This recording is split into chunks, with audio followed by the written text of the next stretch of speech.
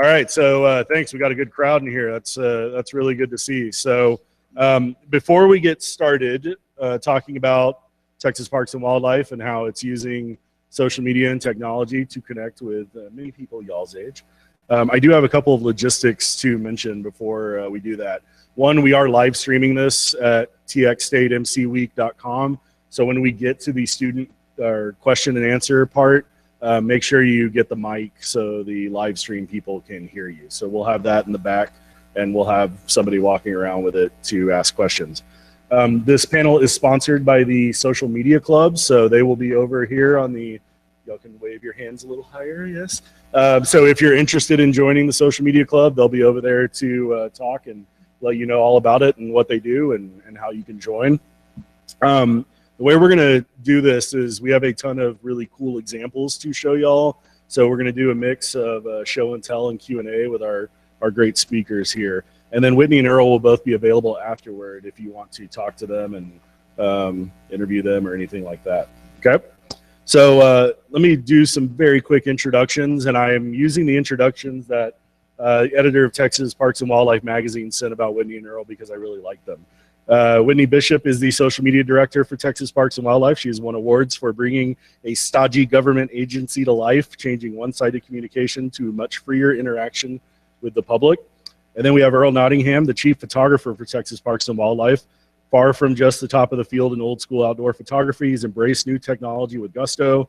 Recently had our first iPhone cover, which we'll show you. Shoot and edit video for social media, started playing with drones as well. So we're going to talk about drones here in a little bit. Both Whitney and Earl represent the huge shift in more traditional governmental communication to a looser, more intimate level with you, the public, and young people in particular. So let's welcome Whitney and Earl to Texas State.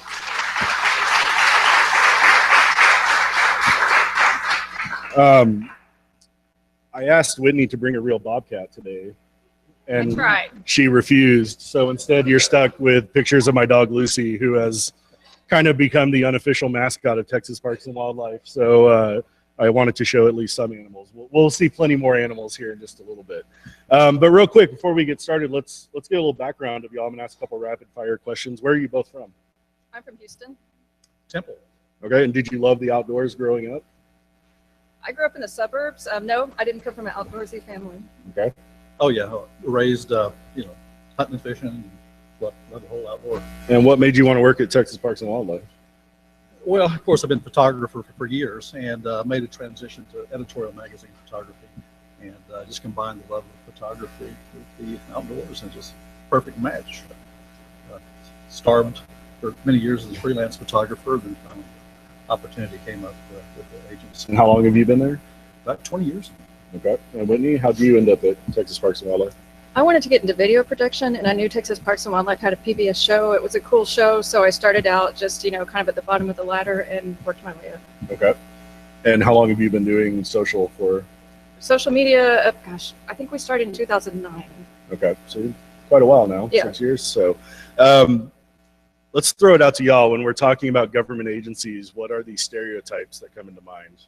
Just feel free to scream. Boring. What was the other? So red tape, bureaucratic, slow. What else? Those are probably the big ones, right? So I think it's cool to have a government agency here that is willing to try new things. Earl and I just got done talking about drones for about 20 minutes. So that's why I wanted them here to show y'all that not every governmental agency is old, boring, and bureaucratic. We're going to be showing plenty of examples, and let's go ahead and start with the news that just happened this past week. So this was a shot you took of the Hidden Pines fire in the Bastrop Smithville area. Unfortunately burned a huge portion of my favorite local state park, Bisher State Park. How did y'all cover this story differently than you would have the huge Bastrop fire of just 4 years ago? Well, we were much more active on social media, because what we discovered with the Bastrop fire back in 2011 was a lot of traditional media came looking to us, looking to our stuff, because if you're on social media first, if you're posting pictures, if you're posting video, traditional media outlets come and they use your stuff, and they use you as the source for the news that they're putting out there. Mm-hmm. And what did that mean in terms of demands of how much you were posting and how often you were updating? It was pretty intensive demands. We had, you know, guys going out taking pictures. We had some video crews going out to Bisher State Park and covering our wildland fire crews. We did several social media posts across Twitter and Facebook and Instagram. So pretty active, pretty, you know, on it. And Earl, what was it like having to do some photo video work out there? Well, we're very lucky as an agency that we've got so many different people, so many different talents. We've got the video people, we've got some very qualified writers, you know, and photography. And a lot of times we're not necessarily cross-trained, but you know, we can kind of do a little bit of everything. And case in point, on this fire, there was only room in the helicopter for one photographer. So our video guy who was there deferred to me to use the DSLR for both still photography and video. So, you know, kill two birds with one stone. And iPhone too. And how long were you, in terms of the 24 hours in a day, how much of y'all's effort in the past week has been spent dealing with this? Well, I've been there, I was just there for a day. Now, we alternated, another still photographer spent quite a bit of time there, and I don't know about the video guys. I'm in the video department. Social media is within our video department. And I would say, you know, we had a couple of videographers out there spending 2 or 3 days, you know, not necessarily full time, but, you know, 2 or 3 videographers spending maybe 8 hours a day. You know, that's between going out to get footage, coming back and editing it, posting it to YouTube, plus my time posting everything to social media and helping out with that. So in a way, does it make it easier to cover an event like this where the mainstream press is just grabbing whatever it is you're putting out there as opposed to them calling every, you know, 5 to 10 minutes looking for new updates? Did y'all notice a swing in that? yeah, a lot of times they don't even call us. I mean, they just follow our accounts. They just take our YouTube videos. They just take our media and post it as stories. And sometimes we don't even hear from them, which is interesting. We get a lot of bang for the buck with our assets. You know, what I shoot, and I can send it to Whitney, and it can, you know, end up on Facebook, Twitter, anywhere. But then also will end up in our magazine, and or we'll send it to Associated Press. We work with them a lot, so we try to.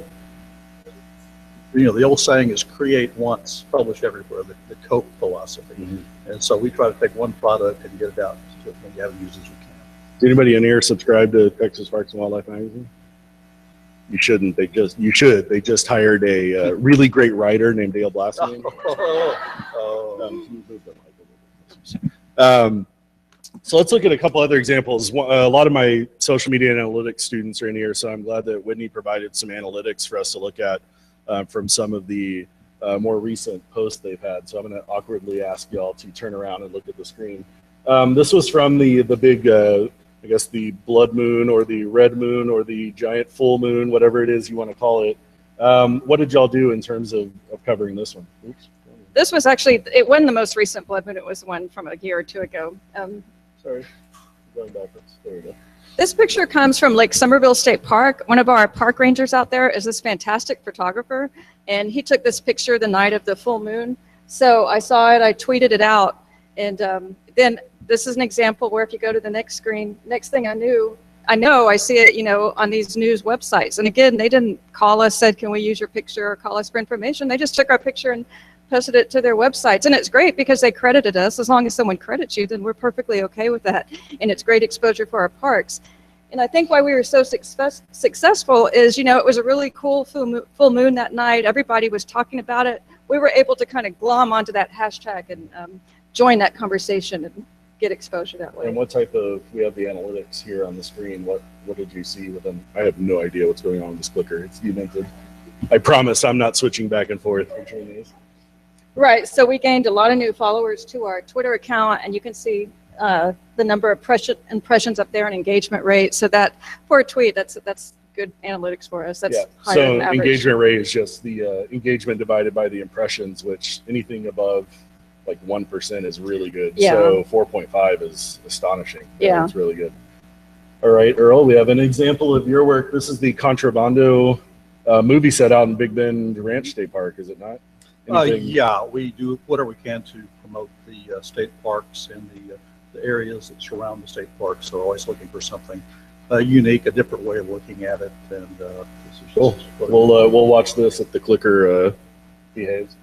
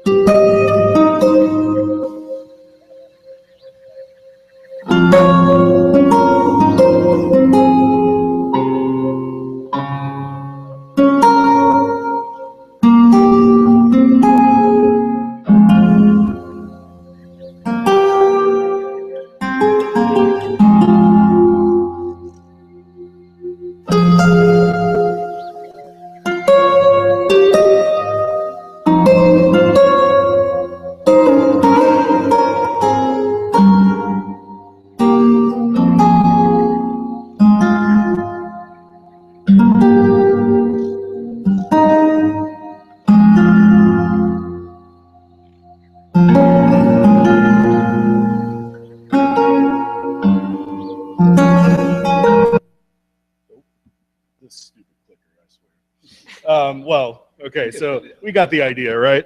How long? So a couple. Texas Parks and Wildlife has an obvious advantage that the national parks have as well. That the material that you're shooting is already gorgeous. So how long did it take to do that shoot? that was one day. I'm just going to take the battery out of this. How about that? There we go. No, that shoot was one full day. Okay. Yes. And editing wise? 2 full days. Okay. So 1 day to shoot, 1 day to edit. That's pretty standard. I'm still not at Whitney's level yet, but I kind of slice and dice and make it work. And Whitney, with video projects for you, how long do you normally take? Well, it depends on the project, but a lot longer than people would think. So, does anybody out here shoot and edit video? A couple of people. It's Should be what more goes than into putting together a good video. It's a lot more work than most people think. Yeah. Hours and hours of editing time. And I'm going to get up and go over here to move us around. Earl, why is this cover photo unique for Texas Parks and Wildlife? Well, this is the first cover we've had done on an iPhone. And it was actually a kind of a happy accident. I had been down the road photographing another story that day. Not that one. Not that one. But isn't that the way it always happens? Yeah. But the cover shot. I was just explaining to Earl and Whitney how old this building is, and now they're getting to see the ghosts. You can't have ghosts. The ghosts don't like new technology. So anyway, I was shooting another story, and on the way out towards sundown, past Cattle Lake State Park, I was, I better swing in there, see if there's anything to shoot. So something's just about to go down. And I got there at the parking lot, and I whipped out the iPhone. I'll take one to put on Facebook, and ended up there. And so when it comes to taking your pictures when you're out at something, how often are you switching between your fancy high-end camera and the camera that we all have in our pockets? I try to do a little bit of both with each one because, of course, the fancy high-dollar camera we use primarily for the magazine. But at the same time, I can get something and send it to Whitney instantly, and we'll get it up on Facebook, Twitter, and get a lot of bang for the buck. Yeah, and we'll see some examples of that here in just a second. We'll go to the next one. Good. It's not just me that's having problems. When we move back to social media talk, so you're in a unique situation where you have technically 95 clients, right? Or even more than that with the different departments of Texas Parks and Wildlife. A lot of my students are dealing with one client and understanding the challenges that come along with client work, but you've got at least 95 parks and people working there who are wanting time and attention and publicity. How do you deal with those pressures, or is there any pressure of them coming to you and saying, hey, why aren't we being put on the main Twitter account, main Facebook, main Instagram? that happens sometimes, and I assume you're talking about our other social media accounts. Yeah. Yeah. Texas Parks and Wildlife, we have over 100 social media accounts. Most of our state parks have accounts, our fishing districts, et cetera, et cetera. So that actually helps a lot. I coordinate all of them. I keep track of all of them, but they run their own shows because obviously I can't post to social media accounts from a park that I'm not there at. So that kind of solves their problem, is letting them control what they post. I do sometimes get people, you know, why aren't you posting this to Facebook, or why aren't you posting this to Twitter? And it's a bit of a challenge because especially on Facebook, you can only post so many times a day. You don't want to spam people. So you really have to kind of be the gatekeeper, and sometimes it's hard decisions, hard calls to make about what you're going to share with your audience. Yeah. And how do you decide what to post? How do you decide what to share from the other parks as well? A couple of things. First of all, especially for our Facebook page, I try to share things that will be of interest to a general audience. A lot of times people send us things from the field and it's very scientific, and I have to like really boil it down to something a general audience will understand. So something that will be of interest to most Texans, to most people. Also, visual wins the day almost all the time. Like if they have a really cool picture or a really cool video or some visual they can send me, that's gonna really kind of bump it to, you know, getting featured on our accounts. Speaking of, you wanted to describe what happened here with this post? Yeah, this is from Eisenhower State Park, right? Yeah, I believe. Yeah, and this was from a recent rain a few months ago, and this weird thing happened where all these earthworms came up out of the ground, and they formed these clumps, or they're just all these clumps of earthworms along the road. So the rangers at the park just took some pictures and some video with their phone, and it was like, whoa, what is that? So we shared it on the main account because that's one of those, you know, whoa, cool things. And then it got picked up, it went viral. I think we were getting emails from overseas, people wanting to, we got something from Poland that wanted to run this, you know, so it was very weird and intriguing. So I guess making the Weather Channel. The Weather Channel picked it up, yeah. John, the next one.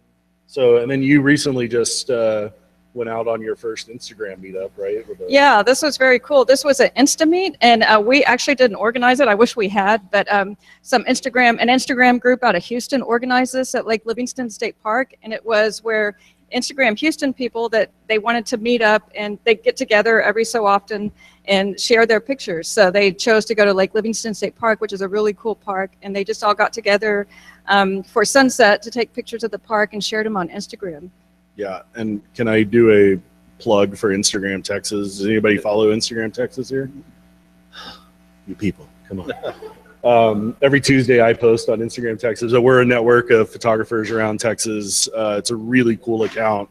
If you're interested in just learning more about Texas and nature, it's really awesome. And most of the time on Tuesdays, it ends up being a Texas Parks and Wildlife Love Fest because our photo editor kind of jumped on me yesterday for not submitting more. But yeah, it's a great account on Instagram. I highly recommend it. And then there are different ones for all the different cities. So Instagram Houston, Instagram Dallas, and you'll often see the works of Texas Parks and Wildlife featured there as well. All right, so this was an interesting photo that also went viral. This was actually the first time we met. You all were discussing the advantages and the success of this photo. You want to explain what was going on here and how you got that shot? Well, again, another iPhone shot. Go figure. This is at one of our state parks. Let me back up a little bit. You know, a lot of people don't realize how many, I call them irons in the fire, we have at Parks and Wildlife. You know, we have the State Parks Division. We have the Wildlife Division with all the biologists. We have the Law Enforcement Division with the game wardens, the inland fisheries. We raise all the, you know, the bass in the state and other freshwater fish, and then coastal fisheries. So, you know, Whitney and I, and you know, we've got to do stuff for all those divisions, and so we never know from day to day which one we're going to get. And there are only 2 full-time photographers, right? So y'all are, yeah, y'all are traveling the state. Photographers too, but 2 still photographers, video guys now. But yeah, this shot was during a snowstorm at Caprock Canyon State Park. Up in the Panhandle? Yeah, if you haven't been there, it's great, beautiful. It's home of the Texas bison herd. Official Texas bison herd. They are descendants of the original Southern Plains bison herd. And where all, Whitney, did this shot end up? I remember at that conference, y'all were saying it was getting tens and tens of thousands of likes and shares. Yeah, just uploaded, sent to Whitney. I guess Twitter, Facebook. Probably, yeah. This, a picture like this, probably we would put across all our accounts. So, and There are a couple of things I can always count on to be popular. One of them is unusual weather events. So bison in the snow, that's like, I know that's going to go well. Big fish pictures always do well. There's certain things, baby Imagine that animals. Texans like their fishing picture. Yeah, so. You know, one thing we find is that people like the iconic images. You know, you do a shot anywhere in Big Bend National Park, or, you know, in the desert, or, you know, something like this, or bluebonnets. You shoot a bluebonnet picture and it goes viral. Yeah. So that's one of the little things we're always looking for, especially when we think of covers as something that again has an iconic feel to it. I think the next one might be a video project. Yeah. So this is Desert Skies. Anything you want to introduce before we actually get to see a full video? Hopefully. Well, somebody wants to ask me, well, what would Ansel Adams do if he had a video camera? Would he shoot any video? I think, well, what would he do? And not that I'll ever achieve, you know, Anseldom, but I gave it a try. And again, promoting the West Texas desert just in a little bit different way that is engaging. You know, something kind of out of the ordinary that people don't normally see. Was this at Big Bend Ranch? No, this was mainly part of it was at Big Bend Okay. Ranch. Yeah, a lot of it was around Terlingua Okay. and Davis Mountains area. Okay. Anybody been to Big Bend here? You need to go. Need a road trip. Yes, you need to go. All right, we'll go and play this.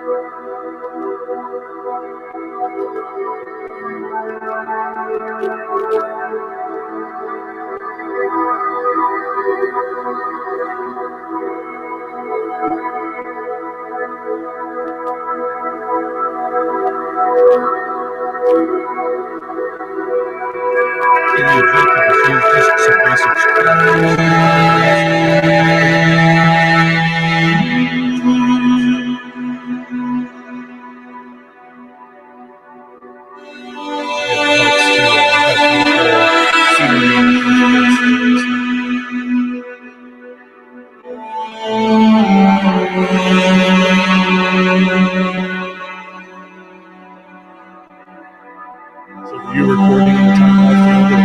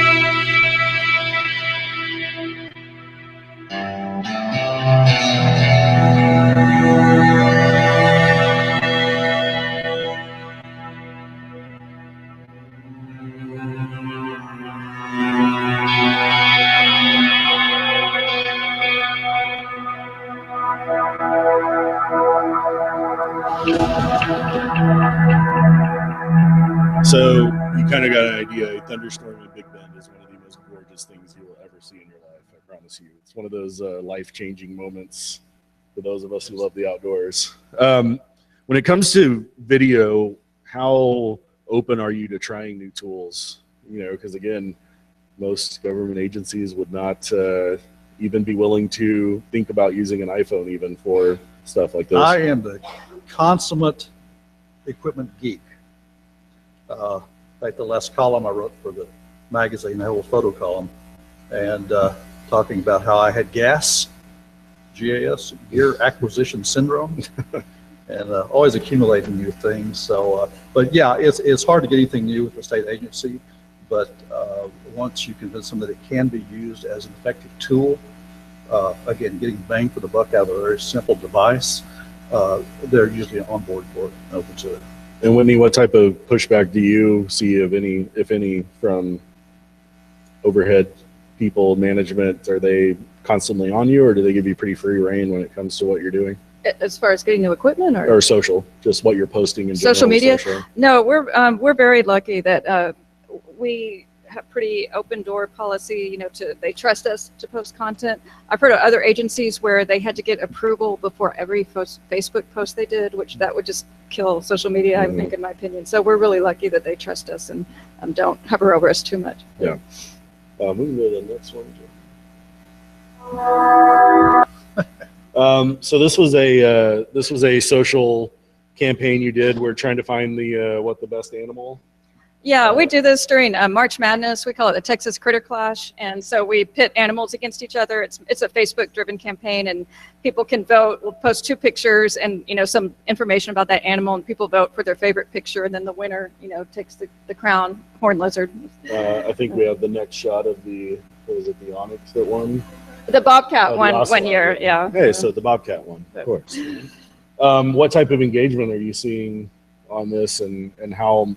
I've done a similar campaign like this, and it takes a little work. It's not as simple as it seems to just, we'll do this quick little tournament campaign, and it's quite a bit of work. It does. It takes, first of all, you have to find all the pictures, and then we try to make it somewhat educational so you learn something about each animal. We try, like with the bobcat, sometimes we'll look for tags, like we would tag Texas State since that's y'all's, mascot, so to try to get in more audiences. But we got great engagement on it. In fact, we would run it once a day on Facebook, and every once in a while someone would post, and we would post the contest, and then the next day we would announce the winner. And sometimes we'd get people, well, who won between the horned lizard and the whatever, people asking us, they wanted to know, they were proactively asking us who won that match. And John, if you go to the next one, I think you got major coverage as well, just from what some might see as a silly little sweet campaign like this. You still ended up getting with the ocelot. So that was really interesting. So the ocelot won, and it got coverage in South Texas, which was great because it brought attention to the ocelot, to the endangered ocelot. It actually got news coverage, and that's just from them following our Facebook page. Yeah, I think we have a picture of the analytics. So let's discuss what analytics like this mean when you're doing campaigns like this. Are your bosses looking for proof that it's working, like Earl said, where we'll get you new tools if you show us that you're using them, or do you have kind of that leeway to just try and have fun with stuff like this? I mean, it always helps when you have good analytics to show them. This always helps. No, they're not holding us to the fire too much about proving what we do, because a lot of with social media you can't actually prove, the bang for the buck or the ROI. But I think it's a case you have to be on social media. You can't not be. Yeah. So. And you got nearly 1 million reach with this campaign, which that's pretty outstanding too. What's the size of y'all's Facebook page? We're over 350,000 right now. Followers, so very large audience. On Twitter, I think it's smaller, right? We have several different Twitter accounts, but altogether maybe about like 50,000 followers. Okay. So. Which is still quite big for an agency. John, you want to go to the next one? Earl, this is a picture actually during Katrina, right?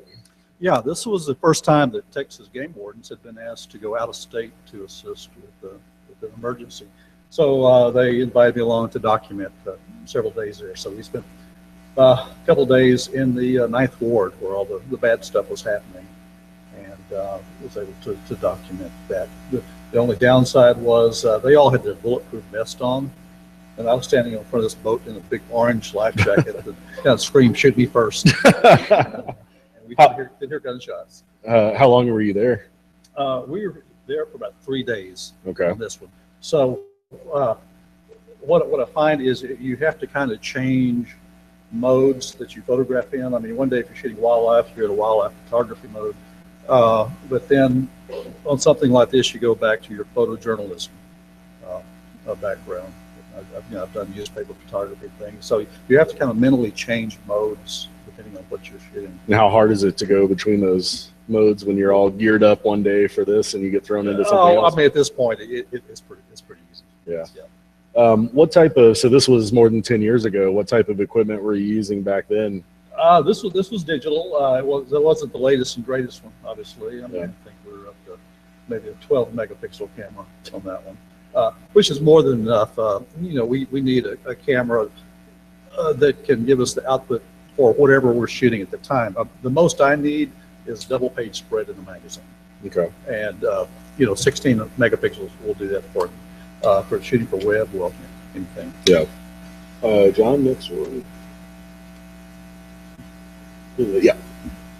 So this is actually just up the road at the LBJ State Park. This is the Living Farmstead, which is like taking I just finished writing a little piece about this for y'all actually. So taking a step back in time at the Sauer Beckman Farmstead. Yeah, one thing we always try to keep in mind when we're shooting stuff is that we have 3 objectives of the agency. Is to educate people, to inform people, and to entertain. And so, you're trying to do something that matches one of those. And so, in promoting the state parks, we just kind of want to do something a little bit different way that is engaging. And one thing I wanted to bring up, you were talking about a stodgy state agency, and I think we used to be a stodgy state agency. Like a lot of bureaucratic agencies, it was kind of a one-way thing. We make the laws, we make the rules, here it is, it's our way or the highway. It was a one-way street. But with the social networking, we're finding that it actually becomes that community or conversation, a two-way street, because people have always wanted to be involved with Parks and Wildlife. They love the parks, and we got a lot of letters to the editor. And so anytime they can give us feedback and get involved, it's a win-win situation. And where that pays off, especially in the magazine, is that we have all the friends of the magazine out there now, and our subscriber rate has actually gone up. In a time where a lot of magazine subscriptions are dwindling, we're actually going up. And a lot of that is a direct result of the engagement we have with the reader. Well, and that's a win-win for y'all, because if somebody shares their great content, they're begging you to then use it for content yourself on social. And, exactly. Yeah. How much content do y'all have shared with y'all on a regular basis, getting tagged in photos or having people posting them to your page?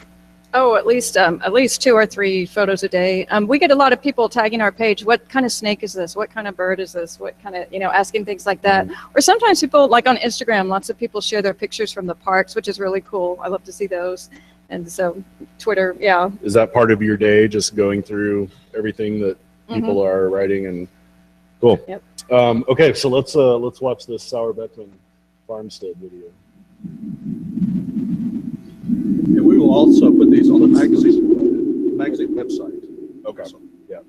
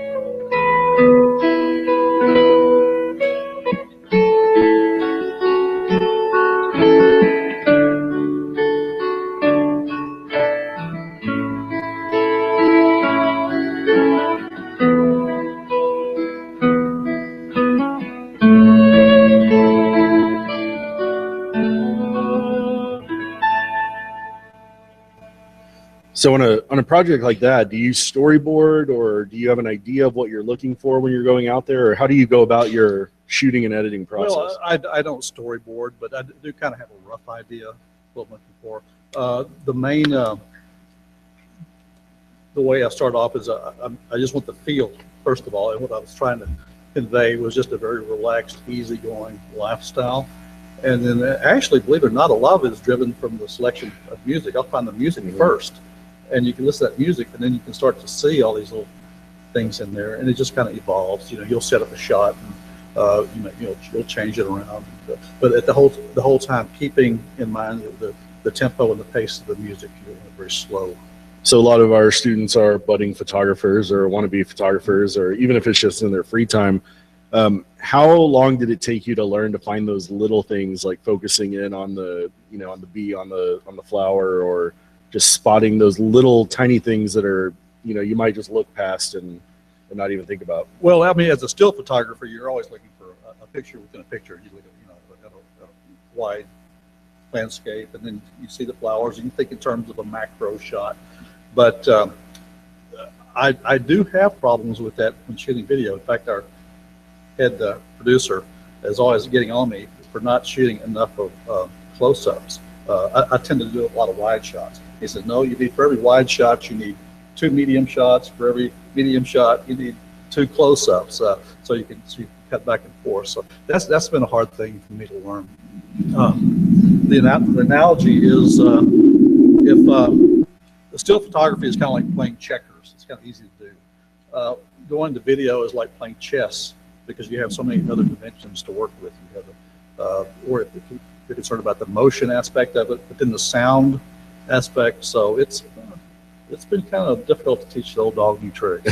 And Whitney, what about you? When you go out on a video project, how much planning do you do beforehand, or are you kind of flying by the seat of your pants when you get out there? A lot of times the things we do, you kind of have to, you don't have the luxury of storyboarding because you're not sure exactly what you're walking into, or it's an event or things like that. But Earl's exactly right. You have to shoot a lot of footage, and you have to remember to get those medium shots and close up so you can put together sequences. And I still mess up and come back with not enough footage. So those things are hard to keep in mind. All right, so we have another example here from the, this was the manatee, correct? Yeah. So what happened here, and this is an example of some of the other divisions that y'all have within Texas Parks and Wildlife. Yeah, our Texas Game Wardens, they have both a Facebook page and a Twitter account. So a year ago, a manatee was in the Gulf off the Texas coast, which is really unusual. Usually they don't go that far west. So our Game Wardens helped rescue it, and they were kind of live tweeting as they were doing it. We'll go to the next one, John.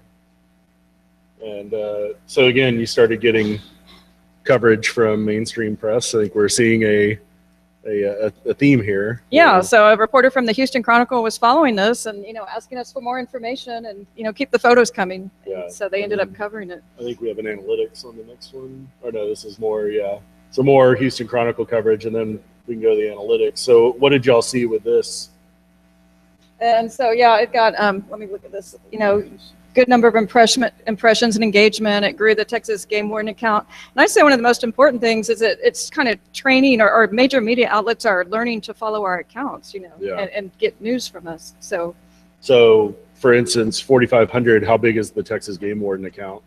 Oh gosh, I don't know off the top of my head. Okay. But it's a lot smaller than obviously the main. Maybe 10,000 or. Okay. So 4,500 that's a good chunk when you have an audience that size. And Earl, we have a couple of wildlife shots here. So they always say don't work with animals or children. You're working with animals a lot. What's it like to have to get great photos of these wild animals with unpredictable behavior? Well, you just shoot a lot of pictures, obviously, but as much as you can, try to plan your shoots, making sure you, like this, make sure you have somebody that can get you out to a location where there are animals. And that's probably the first battle, right? Is just knowing where the animals are. Exactly. And plan your shoot the time of day. So many what makes the picture successful is not the equipment. I mean, we talk a lot about the nuts and bolts and cameras and stuff, but it's the quality of light. A lot of times we forget about that. But if you can get there on a day that has good atmospheric conditions like fog or anything else, then it doesn't matter where you point the camera, you're going to get a pretty good shot of something. And it's often a misconception that sunny, clear skies is the best way to shoot, but it's actually the opposite, right? It's cloudy and overcast. Exactly. Is the best way. Everybody will go out at noontime and shoot a picture and wonder why it doesn't look good. Yeah. It's all about the light. It's the time of day you shoot, the atmospheric conditions. If you could plan your shoots early in the morning, late evening, when you have the artistic quality to the light, then it makes a big difference in whatever you shoot. Doesn't matter if it's a whooping crane or a building or a flower or a person. Yeah. It's all about the light. And we can go to the next one. I swear I didn't sneak another picture of Lucy in here. This is one of Earl's pictures. When you're framing shots, that's a whole nother aspect, especially when you're thinking in social terms of how do I want to share this? What are you going to focus on? Is it the guy who you may not even see up in the top left corner doing the duck calls, or is it the dog itself? So did you just fire off a number of these and then wait and choose? Well, no, the big term right now is storytelling. We're all storytellers, and they push that at the agency. But that's what we're doing with photography or writing or video, anything. So the way I approach it when I get to a location, I think of it in terms of the story. It's, you're telling the story of the hunting, the relationship between the dog and the person. Too many times a beginning photographer will want to take a picture of a thing, a dog, a flower. But the idea is to put any object in context with its surroundings or the story that surrounds it. So it would be very easy to just take a picture of a neat dog there, but to get the play between the hunter and the dog, especially where you can add some composition. Anytime you have kind of a diagonal composition, it forces the viewer's eye to read the picture. And that's one of the secrets to a good photograph is making a photograph that the person not just looks at, but reads. Yeah. And so the idea is to get the viewer's eye circulating in the picture and making it the equivalent of a well-written paragraph. You have a whole story there. And Whitney, what's going through your head when Earl sends you a photo like this? Describe the process of translating a photo like this into content for social. Well, Earl always sends me great photos. So a lot of times, I have to ask them for context. Earl and the other, not so much Earl, but sometimes the other photographer or people will send me pictures from the field. I'm like, where are you? What is it? What's happening? Sometimes people forget to send me context. I have to understand where it is, what's happening, what's the relation to Parks and Wildlife, Yeah. And you said animals are a big draw. Animals are a big draw, absolutely. Yeah. Let me throw one thing on animals. We get a lot of people submitting pictures of animals. They'll send a deer standing out in the field or something like that. We've seen hundreds of thousands of shots of deer standing in the field. Anytime you can add behavior to an animal doing anything, looking anything, looking off like this, or in motion, just something different, unique that shows some behavior of the animal. That makes a big difference in a good wildlife photo. Yeah.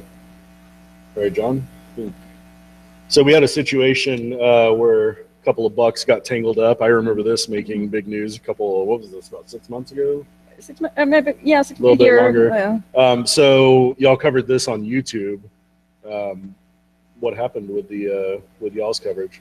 Well, and this was just from a dash cam from a game warden, and it was just his dash cam video. These bucks had gotten tangled up in a clothesline. Their antlers were tangled up together. So you can see from the dash cam how he, rescued them. So they sent us that video. I looked on YouTube and I realized there was this genre called dash cam videos. So I put that in the title, put that in the keywords, and then next screen you'll see. So real quick, before my social media students in here, we just finished talking about properly optimizing your YouTube videos. That's a perfect example of doing that. She found the right category, had the right title, had the right keywords in the description itself to get people who were searching for that to find it that way too. And then what happened when you did that? So it got picked up by the Yahoo homepage, and they put it on their homepage. And that's a massive deal. I mean, Yahoo kind of is a laugh in the search world now, but in terms of content, Yahoo is still a huge distributor of content with that. And you got 300 million daily visitors for Yahoo. Let me interject something here. Keywords. This is a big deal, especially for photographers. Nowadays, you really need to add keywords to any image you shoot. I mean, obviously, you'll have a lot of metadata already in your photograph, the time and sometimes the GPS locations and the information about how the camera shot it. But we make it a practice when we bring images in to try to do some kind of caption But the more keywords, the better, because by the time you get 100,000, 500,000 images, you've got to find them. Yeah. And everybody else out there has to find them. So the more keywords you can add, the better. Yeah. And then I think we had the analytics behind this as well. So you got new subscriptions, you got a ton of shares, Yeah, ton of views. one of our top 10 videos from our YouTube channel. Of all time. Yeah, Yeah, of all quickly. time. So, okay, John, I think. Okay, so now we're coming into the drone section of the discussion. So let's just watch this first, and then we'll get into our drone discussion.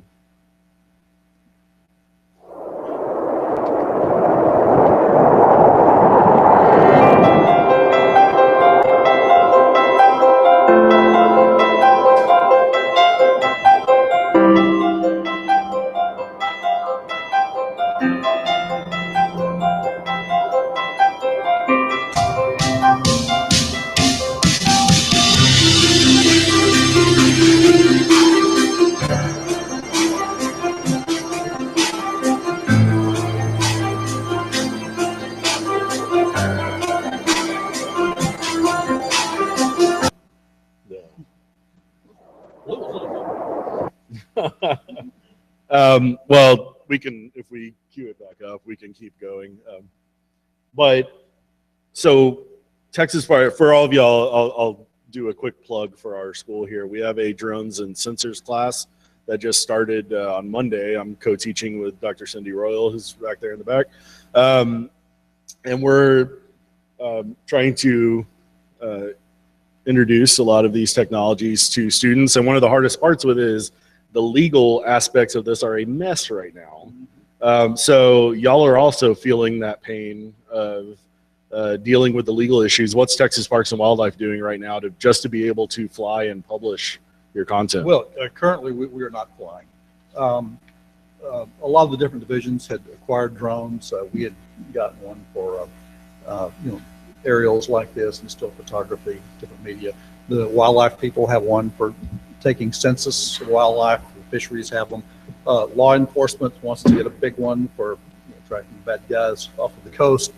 So, but the bottom line is any type of commercial or civil or governmental use requires a what they call a COA, and then 333 exemption. Yeah, and then the 333 exemption, which you have to apply for online. So right now we have everything on hold until we can get the exemption. We're going to try for what we call the best case scenario to get one blanket exemption for the agency and all the different activities and missions that we have at the agency. Chances are we may have to go back and do it on a division level because everybody has different things that they need it for. So we're not doing anything right now. Yeah, so as part of that exemption, it has 4 qualifications you have to meet. One of those is that you have to have a pilot, which like an actual pilot, which thankfully for y'all, Earl is a pilot as well. So you've got that part covered. That's usually the hardest part to get covered.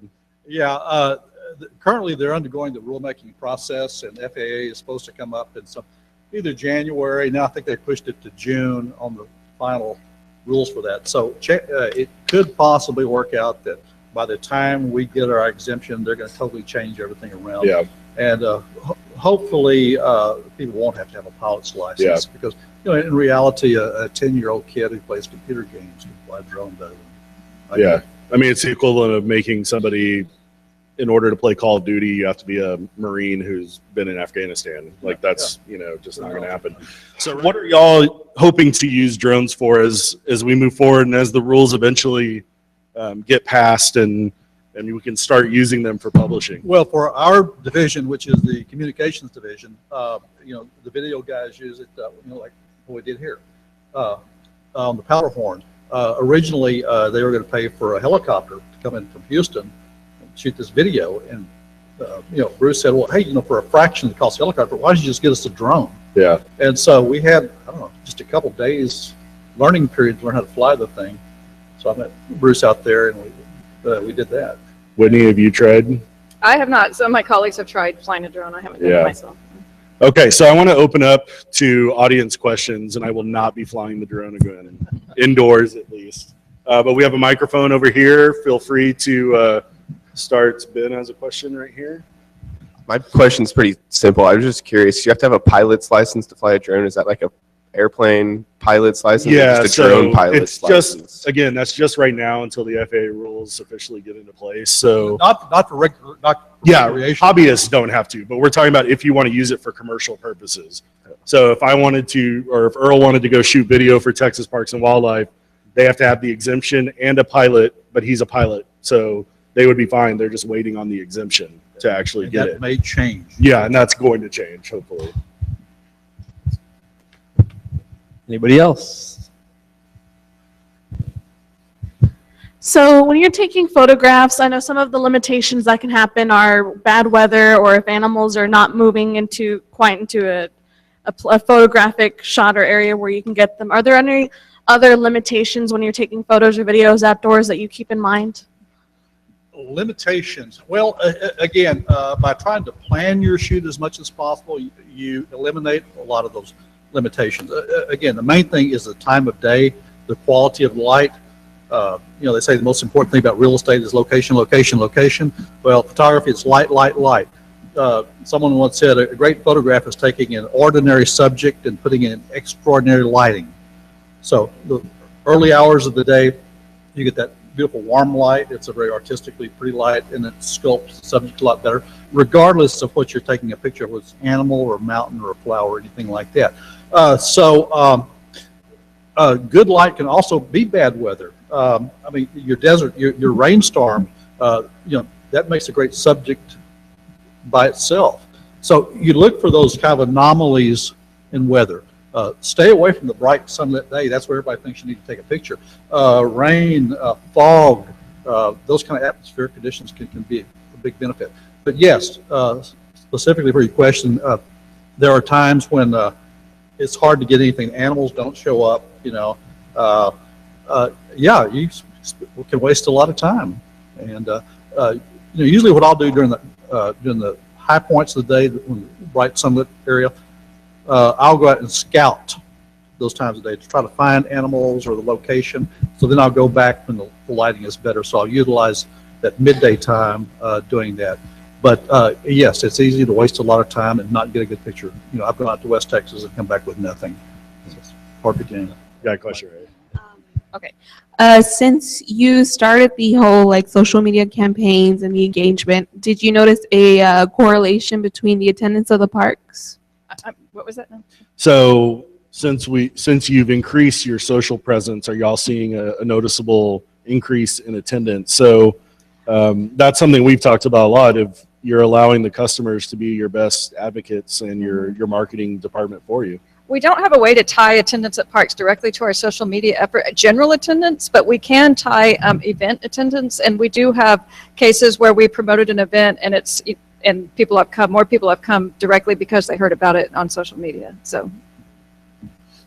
And what type of, you just mentioned events, how do y'all handle events on such a statewide basis? Are y'all using targeting on social, or are you pushing the message out to everyone in terms of trying to get, someone out in West Texas to go to a West Texas event, stuff like that? Basically, the local accounts handle their local events, and then if it's something like a really cool or special event, then we'll promote it on the main page. Like the Battleship Texas has this adults-only tour for Halloween where you get to hear about the seedier side of life on the battleship. So that's pretty cool. So we promoted that on our main accounts. And just went back to that Instameet at Lake Livingston State Park. This kind of goes to your question. Several of the people I met there said, "Wow, I've never been to this park." And these were people from Houston that had never been to a park that was, about an hour away from them. So they were directly there because of Instagram. Yeah. And you hear that a lot when, even when I post stuff for parks, that's the first question I get is, where is that? It's right by where you are. And they never, they never knew about it. I mean, how many of y'all had ever been to Bisher State Park, the one that just caught fire? So it's 30 miles away from here and 3 people raised their hands. So we have all these great parks and resources right here at our fingertips. John, did we have another question about here? Okay. Yeah, yes, I have one. For a hobbyist to go out to a state park, are there any restrictions on drone flights? On flying a drone at a state Right. park? Yes. Right now you can't. Right now, Even as a hobby. Okay. Until they can come up with, some good rules. Okay, they're not. Earl, what's your favorite part of Big Bend? to photograph? Oh, Big Bend State Park, Big Bend Ranch State Park. It's, I mean, I love all of them. It's kind of like saying, which one's your favorite child? But there's just something about the desert that's just so addictive. And I mean, again, back to the light thing, it's just, you get there late evening, early morning, it's just phenomenal. Whitney, what's your favorite state park? Well, I'd say in West Texas, Davis Mountain State Park is really cool, especially in August. It's about 80 degrees there because it's a mile above sea level. In East Texas, Caddo Lake State Park, it looks like dinosaur times. It's these old cypress Yeah. trees. So those two, I'd say. It's gorgeous. We have a question right here. How educated do you want employees to be on wildlife and parks, like to work for you or work in social media for your company? Yeah, how educated do you want your employees or interns to be on the parks or wildlife themselves before they come to you? As far as like social media or video interns or just anything? Like nature or parks in general? Nature or parks in general? Interns don't necessarily have to have a lot of, don't have to be super educated. We want them to understand the agency, understand the mission of our agency and what we're about and be familiar with us. But interns they don't have to be anglers, they don't have to be hunters, they don't have to be big state park fans. If they have something to offer us in terms of maybe your social media knowledge or, whatever it is you're looking for an internship in, no, you don't have to be an avid outdoors person. And since we're on that topic, I did want to talk to you all about internships and skills they can have. How big of an internship program does Texas Parks and Wildlife have? Do y'all take interns at every park and the department itself? Well, the intern positions are listed on the website. They keep that pretty current too, and it's kind of iffy. It's kind of sporadic how many we get. Just depends on what kind of budget they have for the year, or how many they need. We do offer paid internships. We have both paid and unpaid internships, fall and summer, fall, spring, and summer. So, And what type of skills do you want students to have when they come to y'all? Well, I can only speak for the one we have now, and some come from a journalism background, and a bit business background. Obviously, we need people who can edit the magazine manuscripts. So, as long as you're well-rounded in any kind of media, you're good to go. Yeah. And in terms of social, what type of skills are you looking for? I think we're looking for obviously people who understand social media. You don't have to be an expert at it, but people who are on the social media networks and understand how they work. Video skills help. You don't have to be a professional video producer or anything, but just a basic understanding of how to shoot, even just with your iPhone or your iPad, basic editing skills. Okay. I think we had another question back here. So we've spoken a lot about creating content for social media and engaging with people that way. Do you guys have any insight into how the Parks and Wildlife Department is using open data, the open data platform, and are there any success stories from that? Are y'all using open data for anything? Data in general, what type of data does Texas Parks and Wildlife have? Maybe in terms of its audience or in terms of the people who come to the park? Does that influence your social strategy or which parks you highlight? It doesn't really influence our social strategy so much. I know as far as app development, access to the data we have as far as developing apps, and that's kind of veering out of my area of expertise. But. And Earl, what about you? Do you get reports of who needs attendance to pick up or where attendance is booming and stuff like that? From the magazine perspective, we start off with the reader surveys. I mean, we look at the demographics of the magazine, the current demographics. What we try to do is keep R in mind, recruitment and retention. We try to retain the people we have, which the demographics are pretty old guys, and we're trying to get the newer generation in too. So as far as data, we try to get data in through the reader surveys, but then we also do analytics on the magazine and the website. And so what we've done is we actually now have an app, a regular iPhone app. Download the Texas Parks and Wildlife Magazine app. It's a very interactive, engaging app that we're hopeful of getting younger people in with. And we also have the website, and so they all kind of work in concert with each other. But yeah, we try to glean as much data as we can to who's reading and what directions we need to go. And another data point, we have data on hunting and fishing. We sell hunting and fishing licenses. We're responsible for them. So we look at that data, see how if license sales are up or down, and try to, especially during in August when people buy their new their new hunting licenses, we use that. That kind of drives some of our social media strategy. So. Yeah, you're asking about parks, which parks they need to go to. We did find that more readers wanted to see more stories about parks. And so what we've done this next year, starting in January, we will dedicate the whole year to promoting more parks. It will be our year of the parks. And yes, we have some park people come to us, oh, please drive some business our way. And, we try to get those in as much as possible. I can say that's actually, that's where I'm coming in to help you all with the best of list. And I have had no pressure at all from the parks people, which parks to write about. So I can confirm that doesn't happen. Thomas, you had a question? Yes. On a scale of 1 to 10, how would you rate the importance of social media and why? On a scale of 1 to 10, how would you rate the importance of social media to the parks and why? Oh gosh, that's a really hard question. I don't know. I would say maybe a 4 or a 5. I'd say, they still, it's not like they're getting most of their visitors from social media, but I think a lot of people are finding out about parks through our social media efforts. And again, it's like, if you're not out there, sometimes you're invisible to a certain segment of the population. So, let me jump into one thing here. What we're finding is that the various upper division levels now, they're embracing social media where historically they didn't. Case in point, the game wardens, these are always a bunch of, stoic law enforcement guys. And now they want to jump in and, they're first to tweet. We have, they do some of their own tweets from the field. And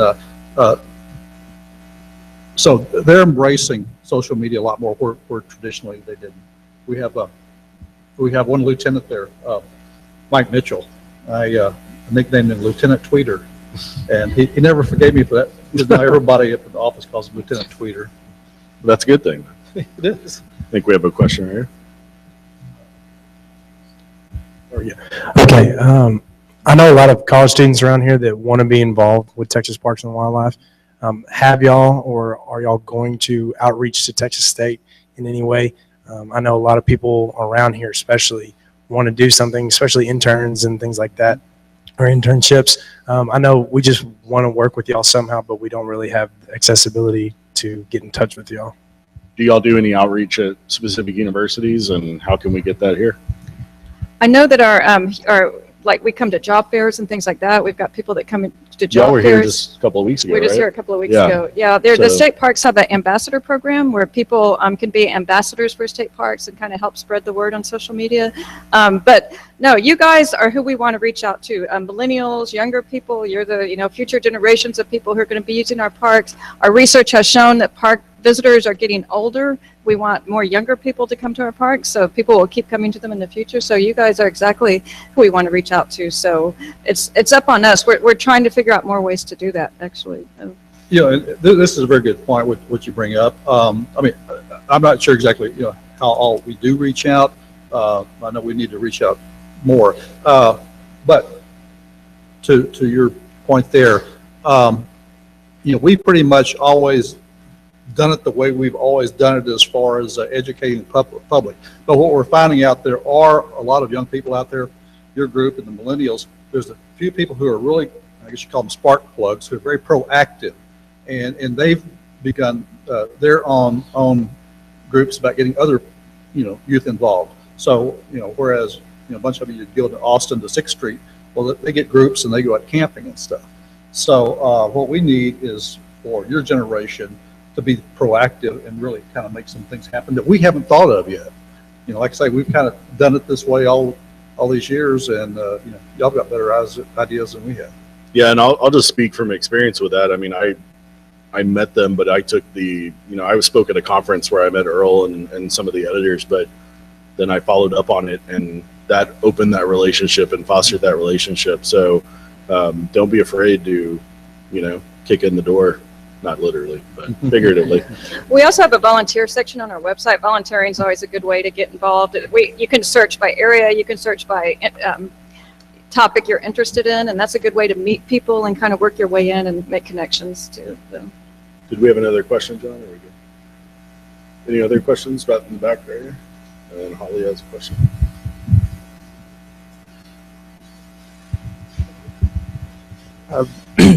I was wondering how y'all feel about the mountain bike community coming into the state parks, because I grew up racing and traveling all over the country and going to like Fort Davis or Mount Davis in West Texas. Do y'all kind of welcome that community, or is it kind of y'all are trying to branch Y'all away welcome from the that? mountain bike community inside the state parks? Oh, yeah. A lot of the parks, they've got trails especially for mountain bikes. I mean, even down at McKinney Falls, in Austin, out West Texas and Big Bend Ranch, love bikers. We try to set aside areas in parks, for bike trails, but the equestrian trails, horses, and they're very bike friendly. Palo Duro Canyon has a ton of mountain bike trails. Yes. So, Government Canyon, San Antonio, just down the road, they've got a lot of mountain bike trails. yeah. So it's just finding, I mean, it's hit or miss at some, but there are some that really Check our embrace website. it. If you look under activities, there's a mountain biking page, and you'll see all the places. It has actually an explanation of all the trails in the parks. Yeah. Holly? Wendy, how many people are on the social media team? On the social media team, so we have a team at headquarters. It's open to everybody, but I would say probably the core group is, I don't know, 10 to 12 people will come to meetings. How many of those are interns? Maybe one. Okay. We need to up that number. Any other questions? If not, I have a little closing thing I want to talk about. We good? No more questions? All right, so I want to take the end here to tease ahead to next semester, the first of what I hope to be many partnerships with Texas Parks and Wildlife and our program here. I'm going to be teaching a storytelling in the park class. It's a 1-hour credit short course. It's probably going to be about 3 or 4 weeks. It's going to be an iPhone storytelling class, and then we're going to be spending a weekend in the park telling video stories there as well. So Harry Bowers has assured me it'll be open sometime in the next week or two, and we're still working out the details of which park we're going to go to, but start thinking about that if you are one of those who's interested in doing more with the parks and learning digital skills at the same time. We'll be taking that opportunity to do so. So you'll be learning video storytelling techniques, mobile storytelling techniques, and then we'll be actually out in the wild telling video stories somewhere cool, hopefully. So I want to thank Earl and Whitney for coming. Let's give them a round of applause. And as I mentioned at the beginning, if you want to come up and talk to them, they've agreed to stick around for a while. So feel free to do that. Thanks everyone for coming in. Thanks for coming. Thank you.